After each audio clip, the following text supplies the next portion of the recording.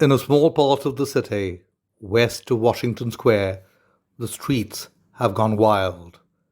They turn in different directions. They're broken into small pieces called places.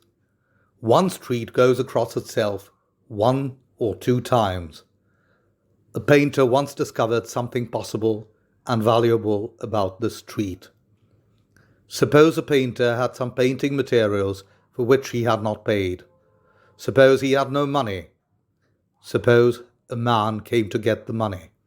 The man might walk down that street and suddenly meet himself coming back without having received a cent.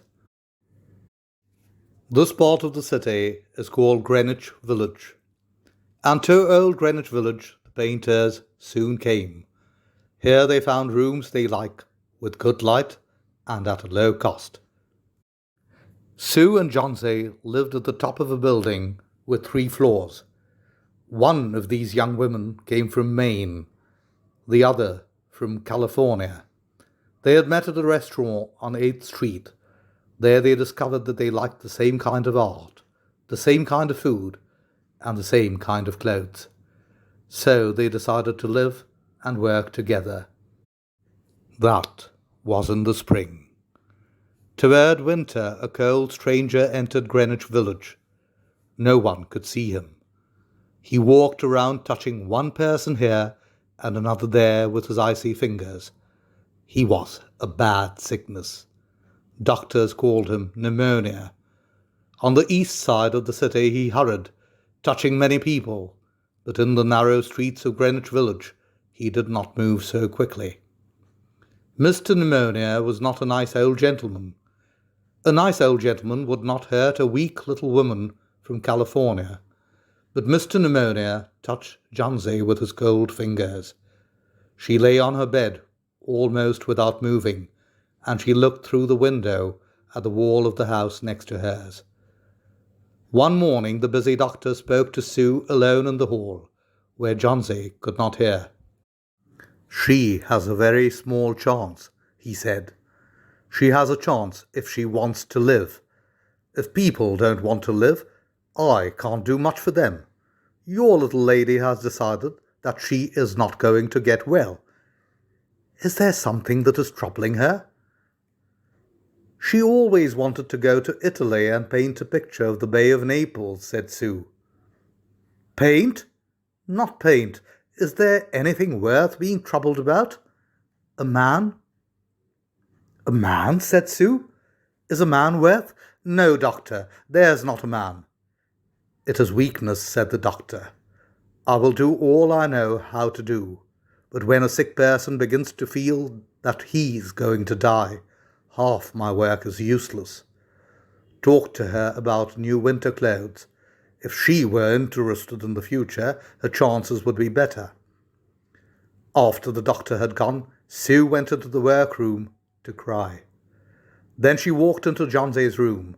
She carried some of her painting materials and she was singing.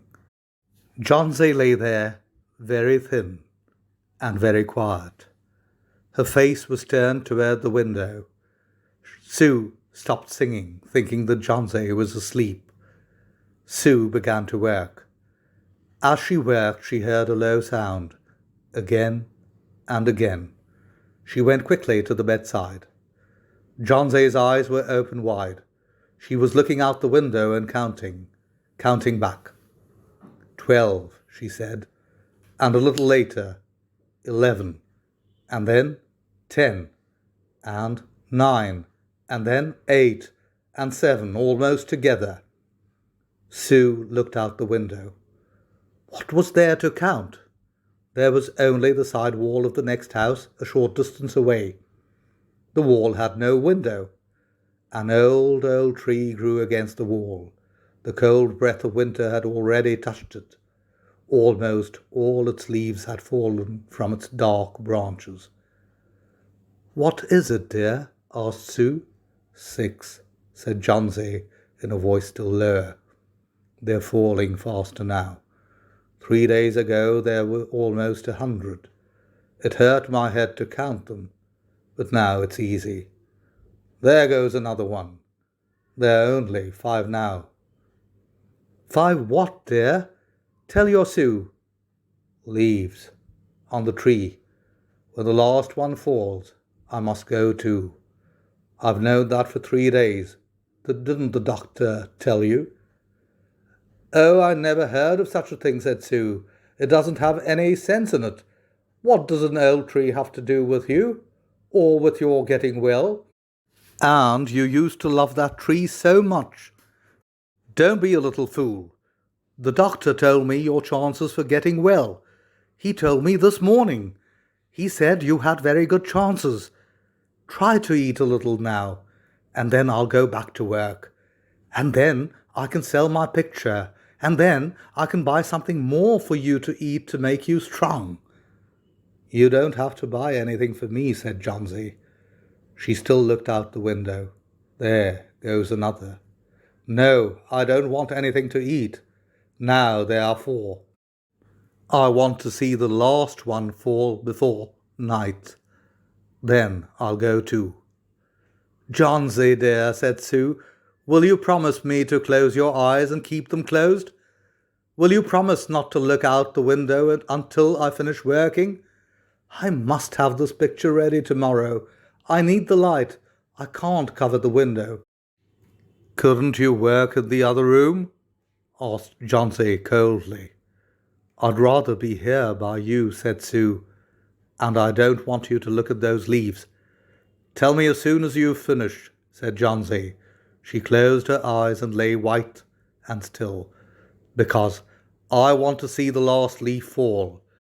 I have done enough waiting. I have done enough thinking. I want to go sailing down, down like one of those leaves. Try to sleep, said Sue. I must call Behrman to come up here. I want to paint a man in this picture, and I'll make him look like Behrman. I won't be gone a minute. Don't try to move till I come back. Old Behrman was a painter who lived on the first floor of their house. He was past 60. He had had no success as a painter. For 40 years he had painted without ever painting a good picture. He had always talked of painting a great picture, a masterpiece. But he had never yet started it. He got a little money by letting others paint pictures of him. He drank too much. He still talked of his great masterpiece. And he believed that it was his special duty to do everything possible to help Sue and Johnsy. Sue found him in his dark room, and she knew that he had been drinking. She could smell it. She told him about Johnsy and the leaves on the vine. She said that she was afraid that Johnsy would indeed sail down, down like the leaf. Her hold on the world was growing weaker. Old Behrman shouted his anger over such an idea. What? He cried. Are there such fools? Do people die because leaves drop off a tree? I have not heard of such a thing. No, I will not come up and sit while you make a picture of me. Why do you allow her to think such a thing, that poor little Johnsy? She is very sick and weak, said Sue. The sickness has put these strange ideas into her mind. Mr. Behrman, if you won't come, you won't. But I don't think you're very nice. This is like a woman, shouted Behrman. Who said I will not come? Go, I come with you, for half an hour. I've been trying to say that I will come. God, this is not any place for someone so good as Johnsy to lie sick. Some day I shall paint my masterpiece, and we shall all go away from here. God, yes. Johnsy was sleeping when they went up. Sue covered the window and took Behrman into the other room. There they looked out at the window, fearfully at the tree. Then they looked at each other for a moment without speaking. A cold rain was falling with a little snow in it too. Behrman sat down, and Sue began to paint. She worked through most of the night. In the morning, after an hour's sleep, she went to Johnsy's bedside. Johnsy, with wide-open eyes, was looking toward the window. I want to see, she told Sue. Sue took the cover from the window. But after the beating rain and the wild wind that had not stopped through the whole night, there was still one leaf to be seen against the wall. It was the last on the tree. It was still dark green near the branch, but at the edges it was turning yellow with age. There it was, hanging from a branch, nearly 20 feet above the ground. "It is the last one," said Chauncey. "I thought it would surely fall during the night. I heard the wind. It will fall today, and I shall die at the same time." "Dear, dear Chauncey," said Sue, "think of me if you won't think of yourself. What would I do?" But Chauncey did not answer. The most lonely thing in the world is a soul when it is preparing to go on its far journey. The ties that held her to friendship and to earth were breaking one by one. The day slowly passed. As it grew dark, they could still see the leaf hanging from its branch against the wall. And then, as the night came, the north wind began again to blow. The rain still beat against the windows. When it was light enough the next morning, Chauncey again commanded that she be allowed to see. The leaf was still there. Chauncey lay for a long time looking at it, and then she called to Sue, who was cooking something for her to eat. "I've been a bad girl, Sue," said Chauncey. "Something has made that last leaf stay there to show me how bad I was. It was wrong to want to die. I'll try to eat now, but first bring me a looking glass so that I can see myself, and then I'll sit up and watch you cook." An hour later she said, "Sue, some day I hope to paint the Bay of Naples." The doctor came in the afternoon. Sue followed him into the hall outside Chauncey's room to talk to him. "The chances are good," said the doctor. He took Sue's thin, shaking hand in his. "Give her good care and she'll get well. And now I must see another sick person in this house. His name is Behrman, a painter, I believe. Pneumonia, too. Mike is an old, weak man, and he is very ill. There is no hope for him. But we can take him to the hospital today. We'll make it as easy for him as we can." The next day the doctor said to Sue, "She's safe. You have done it. Food and care now, that's all."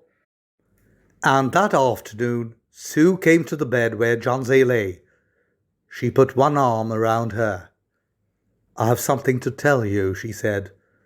"Mr. Behrman died of pneumonia today in the hospital. He was ill only 2 days. Someone found him on the morning of the first day in his room. He was helpless with pain. His shoes and his clothes were wet and as cold as ice. Everyone wondered where he had been. The night had been so cold and wild. And then they found some things. There was a light that he had taken outside, and there were his materials for painting. There was paint, green paint, and yellow paint, and— Look out of the window, dear, at the last leaf on the wall. Didn't you wonder why it never moved when the wind was blowing? Oh, my dear, it is Behrman's great masterpiece. He painted it there the night that the last leaf fell."